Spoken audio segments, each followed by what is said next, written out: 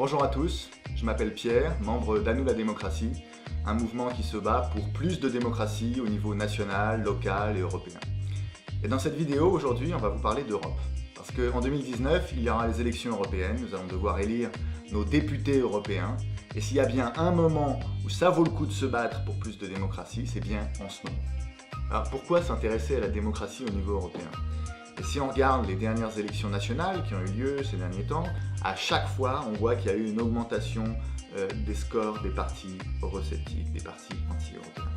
Et plus généralement, si on demande aux citoyens européens quelle influence vous avez sur les décisions européennes, eh bien on voit qu'une majorité de citoyens européens, depuis très longtemps, dit « nous n'avons pas d'influence sur les décisions européennes ». Et pourtant, c'est le paradoxe, si on va demander à des représentants des institutions européennes, à des optimistes, ils vont dire non, il n'y a pas de problème avec la démocratie européenne. Regardez, tous les gens qui prennent des décisions au niveau européen, ce sont des gens élus. Si on regarde effectivement la façon dont ça se passe au niveau européen, on peut penser qu'à priori, effectivement, ils n'ont pas tout à fait tort. Et c'est pour ça qu'il faut regarder les choses dans le détail. Si on regarde les institutions européennes et la façon dont sont prises les grandes décisions européennes, c'est pas très compliqué, il y a deux organes qui décident. Il y a d'un côté le Parlement et de l'autre côté le Conseil. Le Parlement, ce sont les députés européens que nous élisons à chaque élection européenne. Le Conseil, ce sont les représentants des gouvernements nationaux. Ce sont eux qui sont les vrais législateurs européens.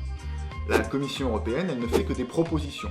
Et ces gens-là, comme nous l'avons dit, ils sont élus démocratiquement. Et le troisième organe, la Commission, qui fait des propositions, ça découle des deux autres. Parce que comment est désignée la Commission européenne ?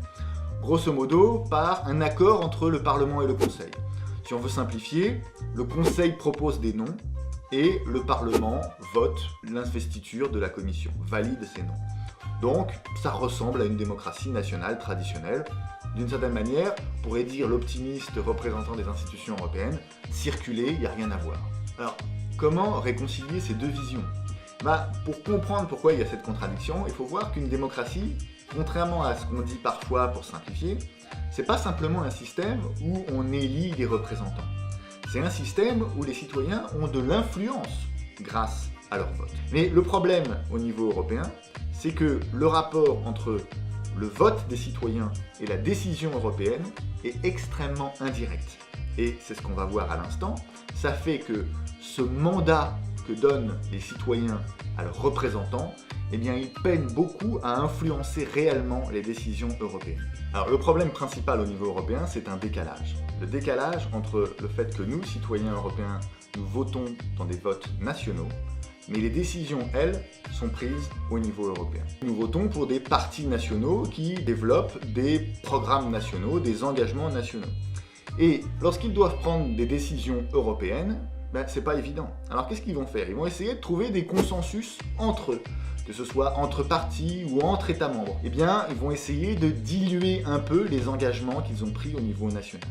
Et ça, c'est un premier facteur de déperdition de l'influence du citoyen. Il y a un deuxième facteur qui rend les choses beaucoup plus difficiles au niveau européen, c'est l'usage de la confidentialité, voire du secret par les élites européennes. Alors là aussi, c'est particulièrement vrai au Conseil, où il y a encore une culture de la négociation diplomatique. Moins on publicise, moins on parle publiquement d'une question, moins on politise une question, plus c'est facile de converger entre délégations, plus c'est facile de trouver un consensus européen. Mais c'est vrai aussi au Parlement.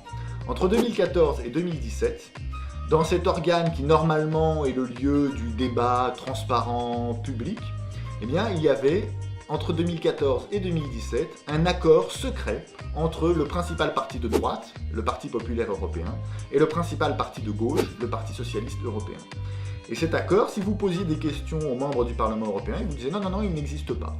Et ils n'ont reconnu son existence qu'en 2017, c'est-à-dire à partir du moment où cet accord a été dissous et où ces deux partis se sont brouillés. Là encore, ça peut être très difficile pour nous, citoyens européens, de savoir comment sont prises les décisions européennes, si c'est pris dans le secret et la confidentialité. Donc d'une part, nous avons peu d'influence sur la façon dont la décision est prise, et d'autre part, nous savons peu de choses sur la façon dont cette décision est prise, et donc nous avons un faible niveau de contrôle, voire de sanction. Parce que dans une démocratie normale, si on n'est pas content d'un élu, on le sanctionne. Mais si vous ne savez pas très bien ce qu'a fait cet élu, comment pouvez-vous le sanctionner ? Et donc, si on veut résumer tout ça, on pourrait dire qu'au niveau européen, la négociation finalement, tend souvent à écraser la représentation. Et c'est très important parce que la façon dont est prise une décision, c'est le moment où on dégage une volonté générale européenne. Et le moment où se dégage une volonté générale européenne, c'est un moment purement élitiste. C'est entre chefs de gouvernement, entre ministres ou entre chefs de parti au Parlement européen que se décide cette volonté générale européenne. Il y a donc un vrai problème avec la démocratie européenne.